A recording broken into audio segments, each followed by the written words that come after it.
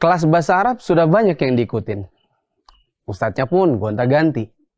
Sebenarnya siapa yang salah dalam kelas bahasa Arab ini? Banyak yang bilang, ustadznya yang salah, ngajarnya nggak enak. Padahal ternyata ada banyak faktor penghambat dalam kelas bahasa Arab yang itu justru datang dari kita sendiri. Pertama, ketika kita masuk dalam kelas bahasa Arab, sebenarnya kita memang belum bisa ngaji. Jadi disuruh menghafal kosakata, disuruh mengucapkan min aina anta, man huwa, yang simpel-simpel saja, kita memang jadi terbata-bata karena memang basicnya kita belum bisa ngaji. Jadi, kalau kita mau ikut kelas bahasa Arab, pastikan dulu kita sudah tamat kelas Qur'annya. Kedua, malas menghafal. Yang simpel-simpel dan memang wajib hafal seperti kata ganti, orang, huwa huma hum, hiya huma hunna, anta antuma antum, anti antuma antunna, ana nahnu. Gak mau hafal. Mereka bilang nanti aja lihat di buku. Kalau di ujian baru kita contek. Semua orang belajar bahasa itu butuh menghafal.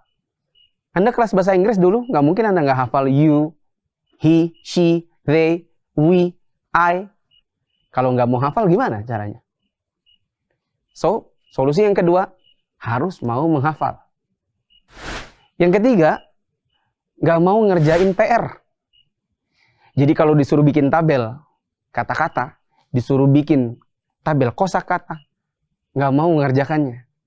Ini juga akan menjadi hambatan buat Anda sendiri. Yang berikutnya, tidak mau latihan. Jadi kalau gurunya bertanya, siapa yang mau coba? Nggak punya antusias. Saya mau coba. Saya Ustadz. Kalau ditunjuk, aduh jangan aku dong. Selalu nggak gitu kayaknya. Bagaimana mau berkembang dan bagaimana mau selesai kelas bahasa Arabnya ketika anak memang nggak mau latihan. Berikutnya yang juga merupakan hambatan sampai Anda gonta-ganti ustadz, gonta-ganti kelas nggak akan selesai-selesai adalah ketika Anda malas nyatat. Saya pernah lihat di sebuah kelas bahasa Arab yang nyatat dari 30-an orang itu hanya 3. Paling banter 5. Sisanya jepret pakai kamera. Udah gitu, gambar yang hasil jepretan tadi baru dibuka waktu ujian. Jadi waktu ujian baru begini. Baru memperbesar layar, memperbesar gambar hasil jepretannya. Jadi sudah nggak dihafal, juga nggak dicatat. Dan parahnya lagi, hasil jepretannya baru dibuka waktu ujian. Bagaimana mau bisa berhasil kalau begitu? Yang terakhir adalah kesabaran. Dahulu ketika kita sekolah, dilempar kapur, kita diam saja. Dan kita takut sama guru kita. Dilempar penghapus kayu, kita pun masih bisa sabar. Diketok jari jemari kita dengan penggaris kayu, kita pun hanya bisa menangis, tapi tetap kita sekolah. Kenapa? Karena memang kita butuh ilmunya. Orang di zaman sekarang ikut kelas bahasa Arab, ikut kelas tajwid, ikut kelas tahsin dan lain-lain, nggak selesai-selesai karena nggak punya kesabaran. Yang disalahin selalu ustadznya. Dia nggak pernah merasa salah. Dia tidak mau menerapkan pada dirinya. Man lam yadhuq dhulla ta'allum baqiya umruhu fi amayatil jahalah.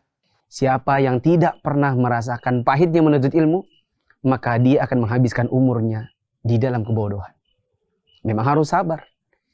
Kalau guru kita ngomongnya lambat, guru kita ngomongnya cepat, guru kita agak kejam, guru kita terlalu banyak PR, guru kita terlalu nge-push. Memang itu bagian dari proses menuntut ilmu, yang disitulah kita dituntut untuk bersabar supaya belajarnya berhasil. Saya recap, di antara yang kita butuh untuk bisa berhasil dalam kelas bahasa Arab adalah kemampuan membaca Al-Quran, mau menghafal, mau mengerjakan PR, mau latihan, mau mencatat, dan sabar.